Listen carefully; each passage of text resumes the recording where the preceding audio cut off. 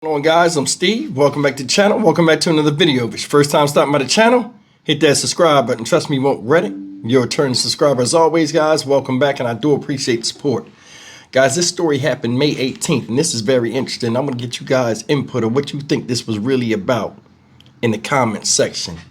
And it's about a student, a Georgia Tech student that was murdered in his dorm or his apartment building on the way back from his house from an outing by another student at another school, Morehouse College. Shout out, both places. And this occurred in Midtown Atlanta, Georgia. And the guy that shot the guy and is arrested right now is this man right here. This guy's name is Nigel Belzer. He's 21 years old. He's a student from Morehouse University, like I previously stated. This guy shot this gentleman right here, and I got to get his name right, Hakeesh Banerjee. He's 22. He's a Georgia Tech student. He shot him in the hallway of his apartment building, which is looked like a high rise. Now, this guy's arrested, and I'm going to show you the story, and in the comment section, you let me know what you think this is about before I come back with commentary. Take a look. Fox 5's Christopher King is live in Midtown Atlanta with the latest. Christopher?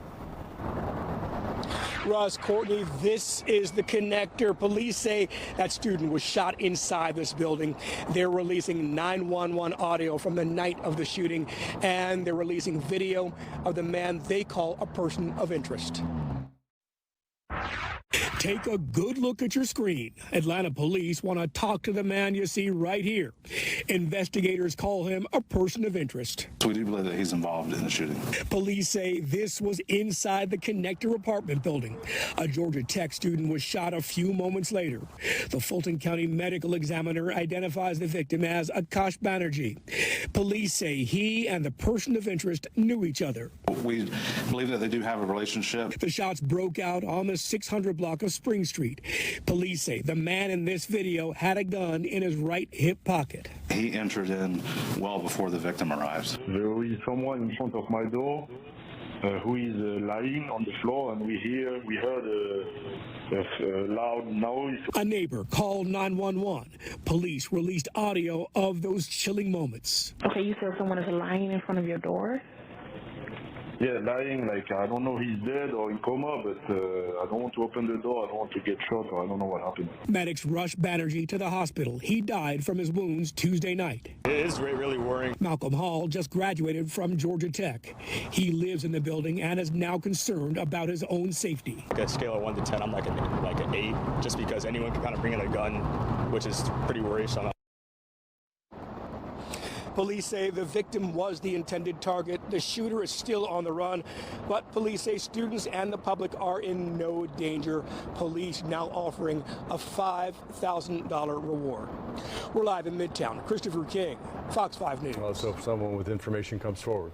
The man accused of shooting and killing a Georgia Tech student at an off-campus housing building snuck into his victim's building and then waited for him in a stairwell for more than an hour.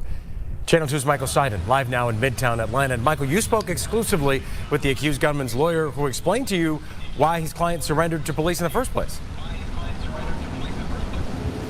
Yeah, George, high-profile lawyer Keith Adams told me that his client surrendered because he has nothing to run from. He's not running from these charges because he says his client is innocent. They're going to cooperate and fight this in court. Now, in the meantime, police, they have not yet released a motive. However, Adams says that he believes that this alleged victim's criminal history may have played a role in all of this. He has no record whatsoever.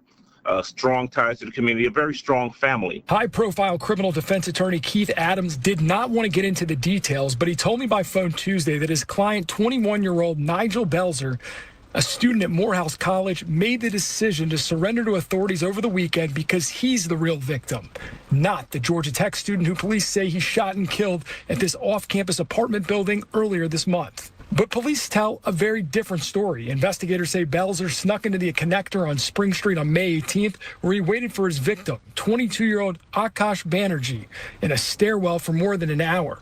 APD says this surveillance video recorded Belzer as he waited for his victim to return from a nearby gas station. Then, according to an arrest affidavit, the victim was headed back to his room when he began fighting with the suspect. Police say the suspect shot him in the forehead, then pistol whipped him before he ran from the scene. The purported victim in this case has a significant history, is known around the Georgia Tech area, has a history of assaulting and robbing folks. And that is going to play into what happened in this particular case. We looked into Banerjee's criminal history and learned that he has multiple arrests in Fulton County. The most recent was last year after he was accused of using stolen credit cards at a gas station in the area. And again, I asked Keith Adams about the relationship between his client and that alleged victim. He didn't want to get into details, but he did tell me that some of those details may come out in court next month when they go to court to try to get his client a bond. We are live in Midtown Atlanta. Michael Seiden, Channel 2 Action News. All right, guys, what you think that was about? Now, make no mistake, that was a horrible crime. But looking at the way the crime was done, right? From a standpoint of the viciousness of it, meaning he ran up on the guy, they got to fighting. He shot the guy in the forehead and then pistol whipped him a couple of times before he left. To me, it sounds like this guy that killed this dude here, they said this guy got a habit of doing armed robberies and things like that in the street and crazy stuff. Both of them college students, which I don't understand. But I mean, when I was in college, I seen people doing some crazy stuff too. And to be in a place of higher learning. So that don't mean nothing. But you would think, you know, when you're older, you think. I think, honestly, this guy did something to him or was connected to somebody that did something to him. He found out where the guy lived and he got the drop on him. Said he waited there an hour while the guy was out. So evidently, it was something that he was going to handle after he found out that this guy had something to do with it. Because I'm going to tell you something.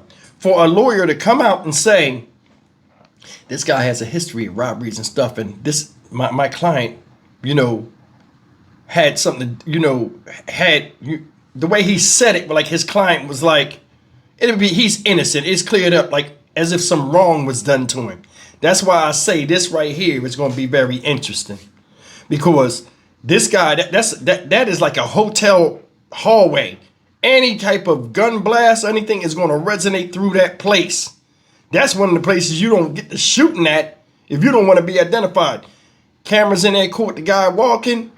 Now, they ain't going to make no mistake that the guy shot him. I'm more than sure. They saying he's innocent. They got the guy on camera, got the gun in this thing.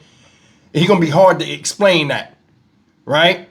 And he had a relationship with this guy, whether it was a positive one or a negative one. But either way, I honestly think this guy did something wrong to this guy, or this guy is connected to somebody that did something crazy to him.